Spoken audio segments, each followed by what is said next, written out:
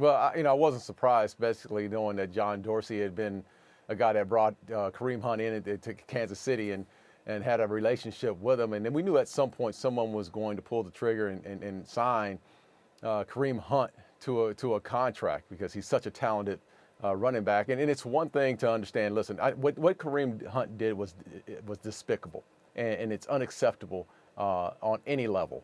And he should be more remorseful for it. And thank God I just heard him apologize for the incident just yesterday.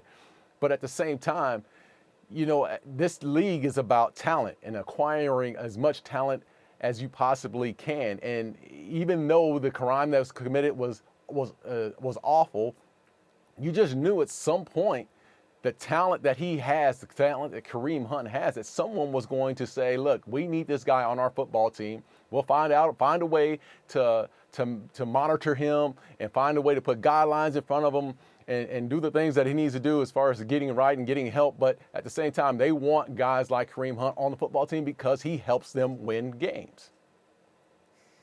Yeah, that's a fact, Darren. That's the cold, hard business truth of it. The hard thing about these types of stories for me, and we have these conversations, it's just full of questions, right? It's always full of more questions than it is conclusions, like this. What is the right amount of punishment? What's the right amount of exile that we impose on a football player, anybody in society for that matter, when they do something that is clearly over the line, something we can all look at and pass judgment on? And we should. I personally do. And I think that's what we should all do. Look at these things and pass independent personal judgment on Kareem Hunt's character and him as a human being. That's a price that Kareem Hunt has to pay. And we always have to, of course, keep in mind the young lady that was the victim in this scenario. But then we get to the questions about what we do on the punishment phase. And I don't know, man. These are questions, Max, Darren, Molly. Kareem Hunt missed half a season last year from his chosen field of employment. He will most certainly be suspended 10 to 12 games, whatever it may be next year. He'll be on the commissioner's exempt list for some time until that suspension.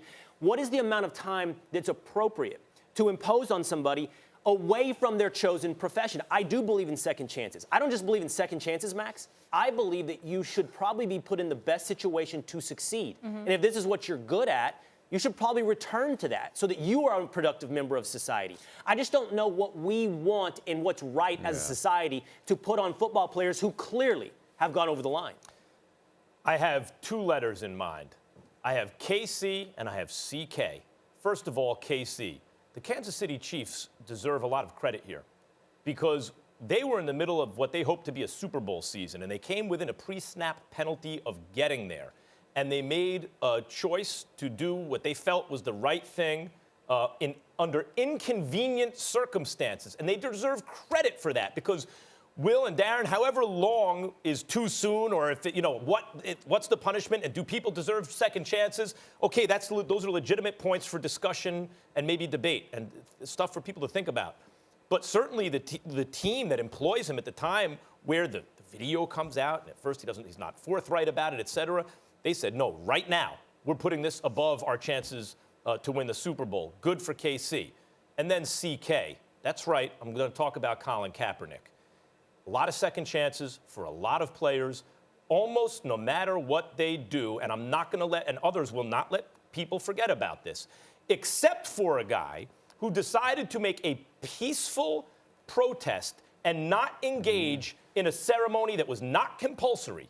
In a voluntary, supposedly, ceremony, he decided to not stand for a voluntary ceremony to peacefully protest racial injustice, and as a result, he still doesn't have a job. No second chance as though he did something wrong for Colin Kaepernick.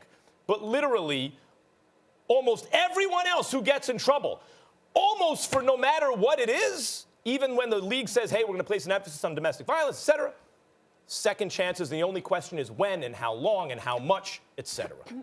That's an excellent point. And I'm going to table the Colin Kaepernick conversation for just a moment. And Will, I want to get back to what you suggested. I do wish that the NFL had a rule in place, because they haven't completed their investigation, where they have to fully complete their investigation before anybody could touch a player, in this instance being Kareem Hunt. And then I'd like to see a punishment that's harsh enough to deter this behavior for him, any players, any college players moving forward. I don't think a few games is enough. And Darren, I'd love to hear your perspective on this, and all three of you. I think an entire year away from football, you can't be around your teammates. That's a privilege.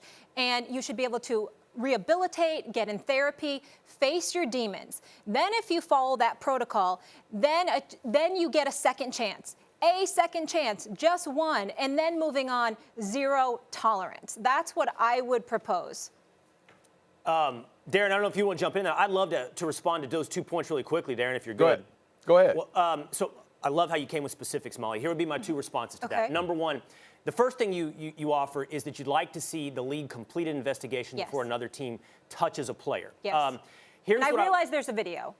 Right. Yeah. But what I would say is, although Kareem Hunt has been signed by the Browns, he's a long way from ever seeing the field. So the fact that he's been signed by the Browns is almost nominal, and he will not receive, and you guys can correct me if I'm wrong, I don't believe Kareem Hunt will be receiving the pay while he's on the commissioner's non-exempt list. So when you add it all up, and this takes me to your second point, Molly, it will have been a year.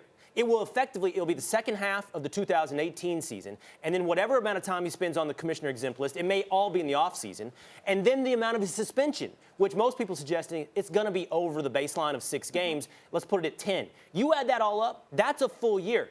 I'm uncomfortable, really quickly, back to your first point, of the NFL being the investigative body. I do not think. But don't you think it's I do not think they have the capability. Cart before the horse, in terms of they haven't completed the investigation, whether it's them or whether it's a third party, that teams can pick him up? Okay, then we get into the tough decisions here, Molly, because I don't think, and I think the Ezekiel Elliott case reflected this, I don't think they have the ability to be a quality investigative body. Okay. I don't think the NFL's ready or capable for that. Thus, then, who do you defer to? Yes. The legal system. And now we get up in a situation where, even in this Kareem Hunt situation where we have a video, he's not guilty in the legal system. So what do you do with that investigation?